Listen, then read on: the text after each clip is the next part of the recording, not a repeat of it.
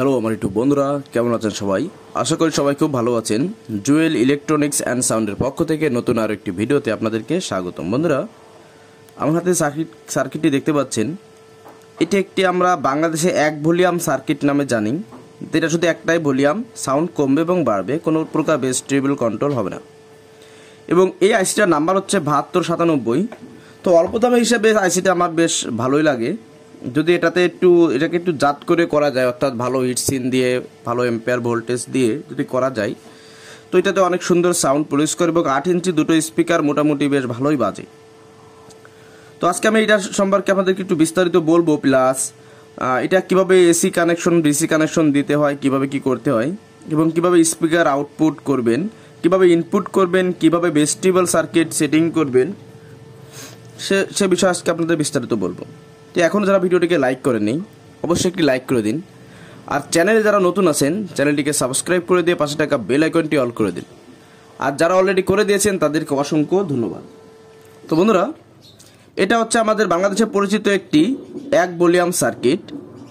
আর সার্কিটটি হচ্ছে 12 ভোল্টে চলে, মানে 12 ভোল্টটাই পারফেক্ট ভোল্ট, একটু বেশি কম দেওয়া যায়, কিন্তু 12 ভোল্টটাই আমার কাছে পারফেক্ট মনে হয় এবং এটা 12 ভোল্টে খুব ভালো চলে। তবে একটা কথা, এটা কিন্তু গরম হয়। এটার জন্য অবশ্যই একটি ভালো হিটসিন ব্যবহার করবেন, তাতে আপনি ভালো ফলাফল পাবেন যদি এটা কিনতে চান। তো প্রথমে আসুন, আমরা যদি আমরা ডিসি ভোল্টেজ দিই তো কীভাবে দিব। দেখুন, ডিসি ভোল্টেজ দেওয়ার জন্য একদম সহজ নিয়ম হচ্ছে ক্যাপাসিটারের প্লাস মাইনাস লাগা দিলে হয়ে যাবে। একদম সহজ নিয়ম, নির্ভর করে সহজ কিছু নেই। তো এটা মাইনাস, এটা প্লাস, 12 ভোল্ট ঢুকে দিলে হয়ে গেল ব্যাটারি কানেকশন। আচ্ছা, ব্যাটারি কানেকশন বাদ দিলাম। এখন যদি কারেন্টের সিস্টেম করতে চাই, তো সেক্ষেত্রে দেখুন এখানে দুটো রেকটিফায়ার দেওয়া আছে, এই যে। তো একটি রেকটিফায়ার আমাদের কমন মাইনাসে জয়েন্ট দেওয়া, এবং একটি সিঙ্গেল ফেজের জন্য, অর্থাৎ আমাদের 3 ফেজটা ট্রান্সফর্মার থাকে। যদি ডুয়েল ফেজ হয়, হাফ ওয়েভ, তাহলে একটা ফেজ এখানে লাগাবেন, আর একটা ফেজ যদি এই যে সিঙ্গেল রেকটিফায়ার পিনটি দেখতে পাচ্ছেন, এটা যদি আপনারা লাগিয়ে দেন, তাহলে অটোমেটিক্যালি এসি থেকে ডিসি ফিল্টার হয়ে সার্কিটে লাইন ঢুকে যাবে, ক্যাপাসিটরটা ফিল্টার করে নেবে। এরপর যদি আপনার ট্রান্সফর্মার 3 ফেজ হয়, তাহলে আপনি যে কাজটি করবেন সহজ, এই যে রেকটিফায়ারটা আছে এখানে, এই রেকটিফায়ারটা কিন্তু আমাদের মাইনাসে লাগানো। তো আপনি যে কাজটি করবেন, এই রেকটিফায়ারটা এখান থেকে উঠিয়ে ফেলে 3 ফেজের গ্রাউন্ডটা এই মাইনাসে লাগিয়ে দেবেন।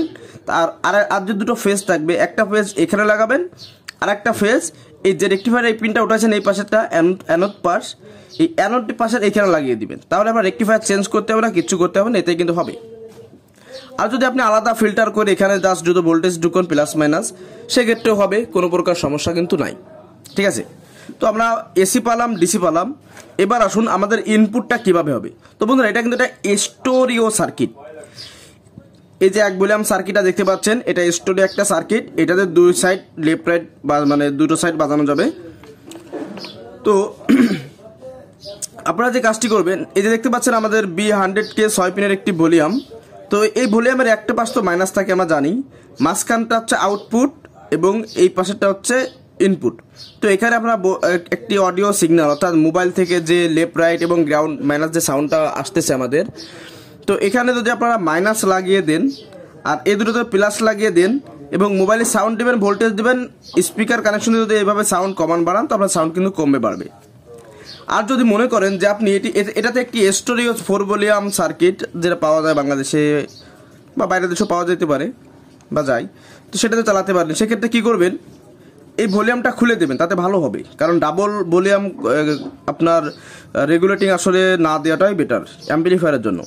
তো এই ভলিউমটা খুলে ফেলে এই ভলিউমের যে মাঝখানে দুটো পিন দেখতে পাচ্ছেন, একটা দুটো, এই যে মাঝখানে দুটো পিন, এই পিন দুটি হচ্ছে আমাদের অ্যাম্পলিফায়ারের ইনপুট।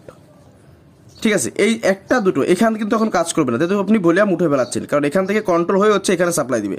তো সেই ক্ষেত্রে এই দুটোকে উঠে ফেলে আপনারা স্টোরেজে ভেস্টিবল সার্কিট আছে, সেই সার্কিট যদি এখানে লাগিয়ে দেন, এবং দেখুন এখানে দুটো স্পিকার আউটপুট আছে, এখানে প্লাস মাইনাস ঠিক করে যদি আপনারা দুটো স্পিকার লাগিয়ে দেন, তো সেক্ষেত্রে এটা কিন্তু ভালো পারফর্ম করবে অল্প টাকার মধ্যে।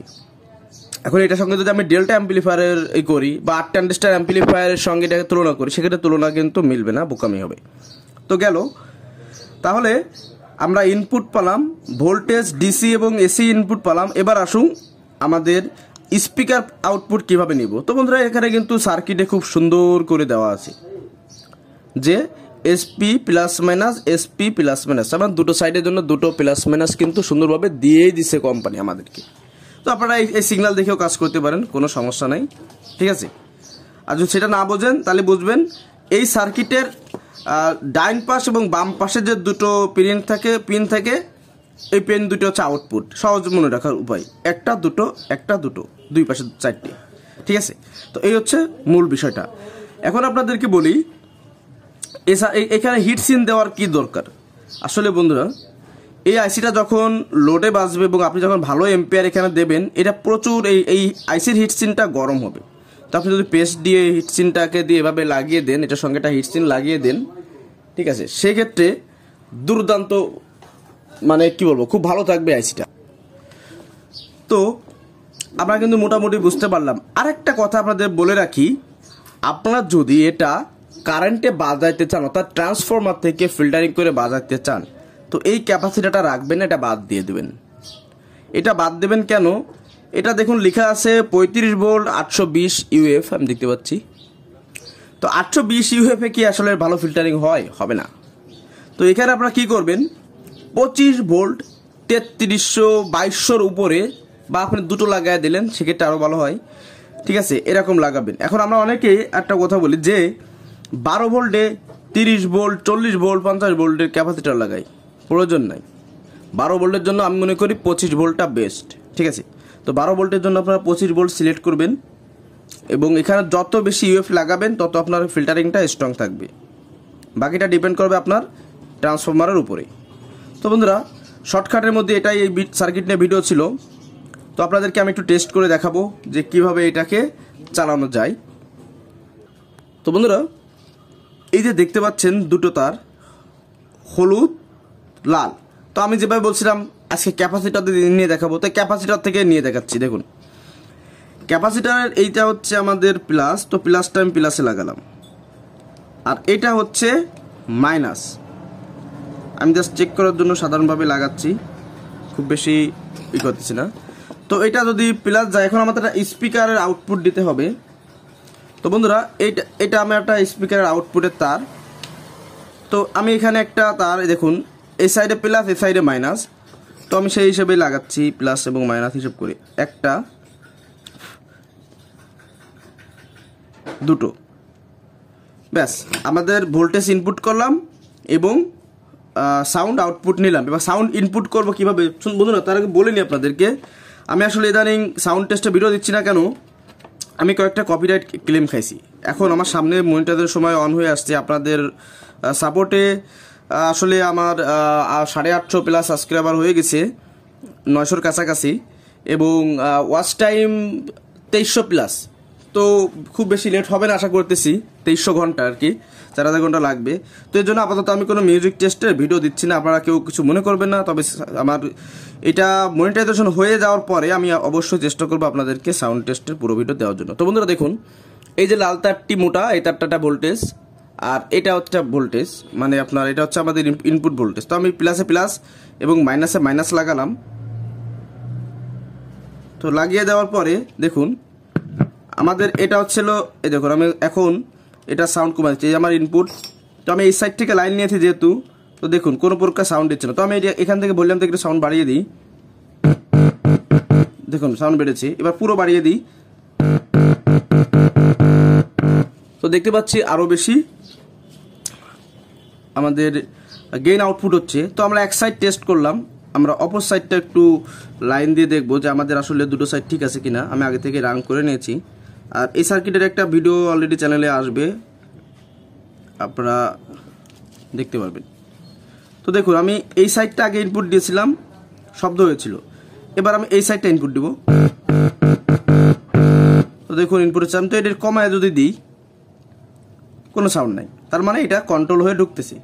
তো আমি আবারও বলি, লাইনটা খুলে দিই। যদি আপনারা এটা দিয়ে ভেস্টিবল সার্কিট ব্যবহার করতে চান, এই ভলিউমটা খুলে ফেলবেন এবং এই মাঝখানে একটা প্রিন্ট, এই যে একটা প্রিন্ট, এই দুটো প্রিন্ট থেকে আপনারা বেস্টনের আউটপুটটা নিয়ে লাগিয়ে দিলে বেস্টনের কন্ট্রোল হয়ে এটা কিন্তু বাজবে, ঠিক আছে। তো আগে যেমনটা বলেছি। তো বন্ধুরা আজকের ভিডিও এই পর্যন্তই, যারা কষ্ট করে দেখলেন তাদেরকে অসংখ্য ধন্যবাদ। আর যারা এখনও ভিডিওটিকে লাইক করে পারেননি অবশ্যই ভিডিওটিকে একটি লাইক করে দিবেন। আর চ্যানেলে এখনও যারা নতুন আছেন সাবস্ক্রাইব করেন এইভাবে চ্যানেলটিকে সাবস্ক্রাইব করে দিবেন এবং পাশে টাকা বেল নোটিফিকেশনটি অল করে দিবেন। আর যারা অলরেডি করে দিয়েছেন তাদেরকে অসংখ্য ধন্যবাদ। তো বন্ধুরা, ভিডিওটি কেমন লাগলো অবশ্যই কিন্তু কমেন্টে জানাবেন। আবারও বলছি, এটা কিন্তু কম টাকার মধ্যে একটা ভালো সার্কিট, আমার পছন্দ হয়। অল্প টাকার মধ্যে 6 ইঞ্চি 8 ইঞ্চি স্পিকার খুব সুন্দর পারফর্ম করবে এতে। তো সবাই ভালো থাকুন, সুস্থ থাকুন, দেখা হবে অন্য কোনো ভিডিওতে। আল্লাহ হাফেজ।